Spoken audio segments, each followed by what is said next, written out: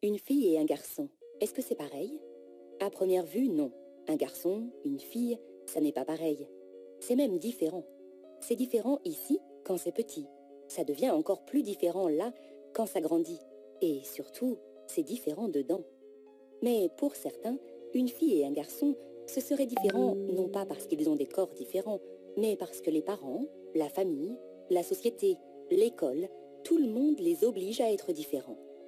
On est une fille parce qu'on a été obligé à être une fille.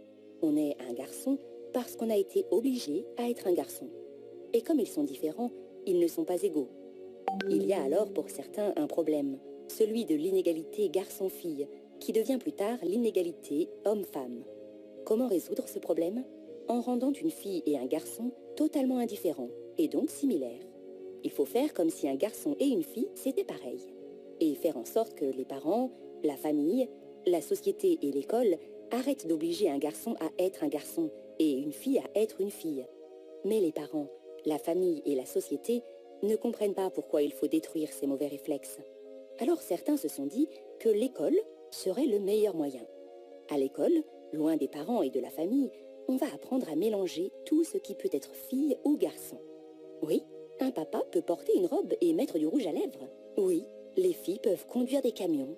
Oui, un bébé peut avoir deux mamans ou deux papas. L'école doit, pour certains, tout mélanger entre le masculin et le féminin.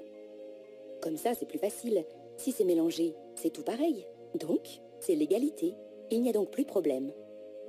Mais alors moi, quand est-ce que je saurai si je suis vraiment un garçon?